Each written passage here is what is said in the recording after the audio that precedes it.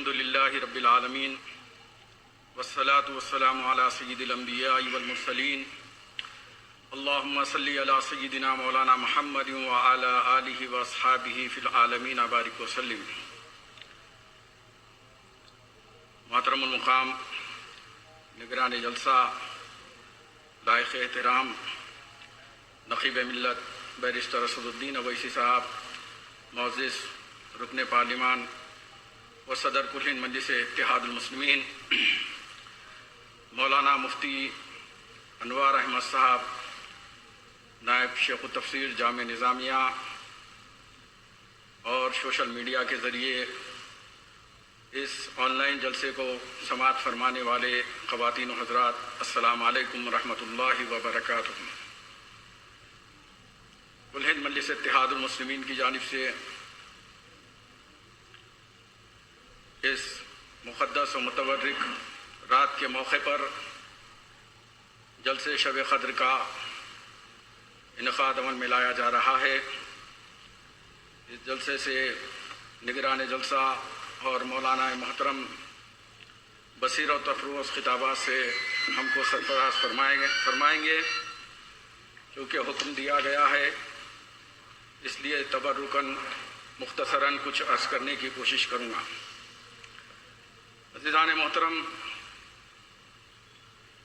شب قدر کے تعلق سے قرآن مجید فرقان حمید میں اللہ رب العالمین ارشاد فرماتے ہیں کہ انا انزلناہ فی لیلۃ القدر وما ادراک ما لیلۃ القدر لیلۃ القدر خیر من الف الشہر تنزل الملائکۃ والروح فیہا باذن ربہم من کل امر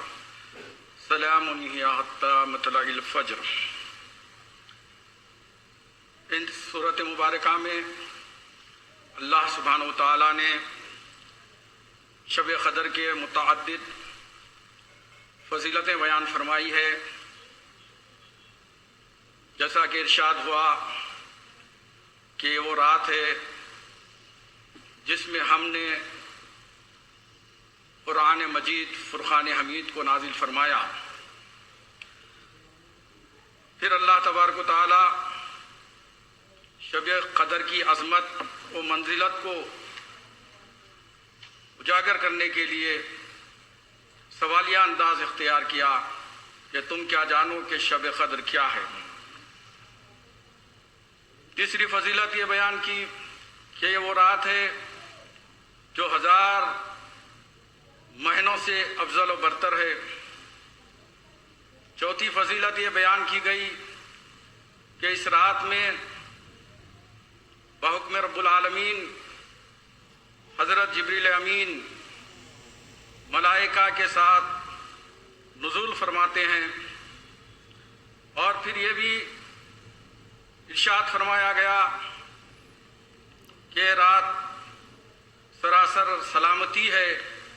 صبح صادق تک۔ اور اس کی سب سے بڑی فضیلت اس بات سے معلوم ہوتی ہے کہ اس رات کی فضیلت میں پوری ایک مکمل سورہ نازل کیا گیا۔ عزیزان محترم، اس رات کی فضیلت میں اللہ کے رسول رحمت اللہ عالمین فخر موجودات صلی اللہ علیہ وسلم کی بے شمار احادیث مبارکہ وارد ہوئی ہے، جو آپ مولانا محترم سے اور نقیب ملت سے سماعت فرمائیں گے۔ مختصراً یہ کہ حضرت عائشہ صدیقہ و صادقہ رضی اللہ تعالیٰ عنہ سے روایت ہے کہ اللہ کے رسول صلی اللہ علیہ وسلم جب رمضان المبارک کا آخری عشرہ آتا تو اس عشرے مبارک میں اللہ کے رسول صلی اللہ علیہ وسلم اپنی کمر کو کس لیا کرتے تھے، اپنی تہبند کو کس لیا کرتے تھے، اور اس آخری دہے میں اعتکاف فرمایا کرتے تھے، اور ارشاد فرماتے کہ اس دہے کی طاق راتوں میں شب قدر ہے۔ حضرت ابو ہریرہ رضی اللہ تعالیٰ عنہ سے روایت ہے کہ رسول اللہ صلی اللہ علیہ وسلم نے ارشاد فرمایا کہ شب قدر میں جو بندہ ایمان کی حالت میں ثواب کی نیت سے قیام کرتا ہے تو اس رات میں اس کی مغفرت فرما دی جاتی ہے۔ عزیزان محترم، یہ تمام فضائل اور اس رات کی اہمیت اس لیے ہے کہ اس رات میں قرآن شریف کو نازل کیا گیا، جیسا کہ دوسری جگہ ارشاد ہوا کہ ہم نے اس قرآن کو برکت والی رات میں نازل فرمایا، اور وہ رات رمضان المبارک کی رات تھی، جیسا کہ سورہ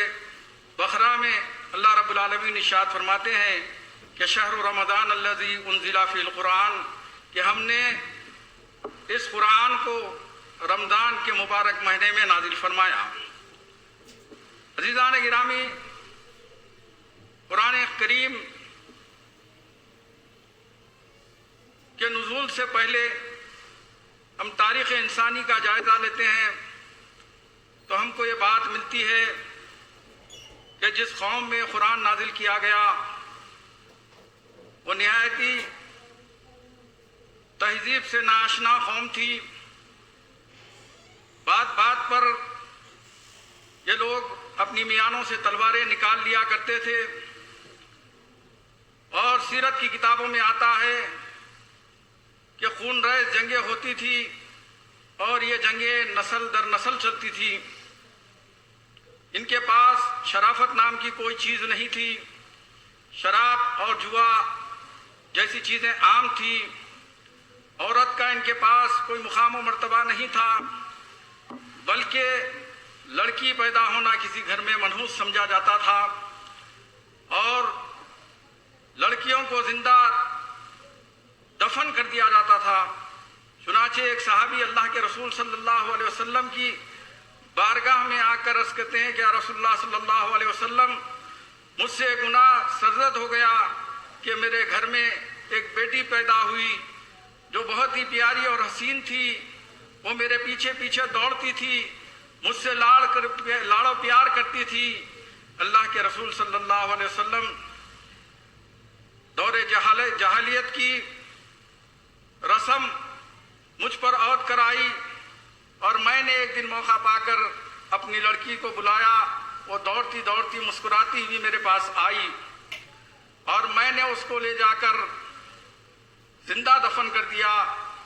وہ بابا بابا کہتی رہی اور یہی اس کے آخری الفاظ تھے۔ تو عزیزان گرامی، یہ حال و ماحول اس زمانے کا تھا، اس میں قرآن شریف نازل ہوا، جیسا کہ کہنے والے نے خوب کہا ہے کہ اتر کر ہرا سے سوئے قوم آیا اور ایک نقصہ کیمیا ساتھ لایا۔ عزیزان گرامی، جب قرآن عرب میں آیا تو دفعتاً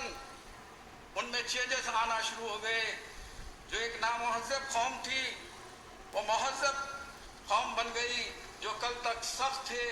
قرآن آنے کے بعد وہ لوگ نرم ہو گئے، جن کو کل تک دنیا پوچھتی نہیں تھی وہ دنیا کے امام کہلانے لگے، بلکہ ان کا مقام یہ ہو گیا کہ اللہ کے رسول صلی اللہ علیہ وسلم نے ارشاد فرمایا کہ اصحابی کا نجوم، میرے صحابہ تاروں کی مانند ہے، تم جس کی بھی پیروی کرو گے فلاح پا جاؤ گے، ہدایت پا جاؤ گے۔ اور قرآن نے ان کو رضی اللہ تعالیٰ عنہ کا خطاب دیا کہ اللہ ان سے راضی ہو گیا۔ عزیزان محترم، خود نہ تھے جو راہ پر اوروں کے ہادی بن گئے، خود نہ تھے جو راہ پر اوروں کے ہادی بن گئے، وہ کیا نظر تھی جس نے مردوں کو مسیحا کر دیا۔ عزیزان گرامی، یہ قرآن اور صاحب قرآن کا اعجاز تھا کہ ابو قحافہ صدیق اکبر کہلانے جانے لگے، ان کی صدیقیت کی مثالیں دی جانے لگی۔ عمر بن خطاب جو کل تک دشمن اسلام کی حیثیت سے پہچانے جاتے تھے، جب قرآن کو انہوں نے قبول کیا اور اس کی تعلیمات پر عمل کیا تو فاروق اعظم کہے جانے لگے، اور دنیا آج بھی ان کے عدل و انصاف کی مثالیں دیتی ہے۔ عثمان بن عفان جب دامن قرآن میں آئے تو وہ عثمان غنی کہلانے لگے، حضرت علی مرتضیٰ شیر خدا بن گئے، فاتح خیبر بن گئے۔ عزیزان گرامی، یہ قرآن کا اعجاز تھا کہ سلمان فارسی اور حضرت بلال جیسے غلام دامن اسلام میں آنے کے بعد، قرآن کو اپنا ہادی و رہبر بنانے کے بعد میں یہ غلام جا کر دنیا والوں کے امام بن گئے۔ عزیزان محترم، یہ قرآن ہے جو آج کی رات میں نازل کیا گیا ہے، جس کا تذکرہ سننے کے لیے آپ اور ہم یہاں پر جمع ہوئے ہیں۔ موجودہ حالات میں قرآن ہم سے کیا مطالبہ کرتا ہے اور اس شب کی کیا اہمیت ہے، اس کو بتانے کے لیے اس مقدس محفل کا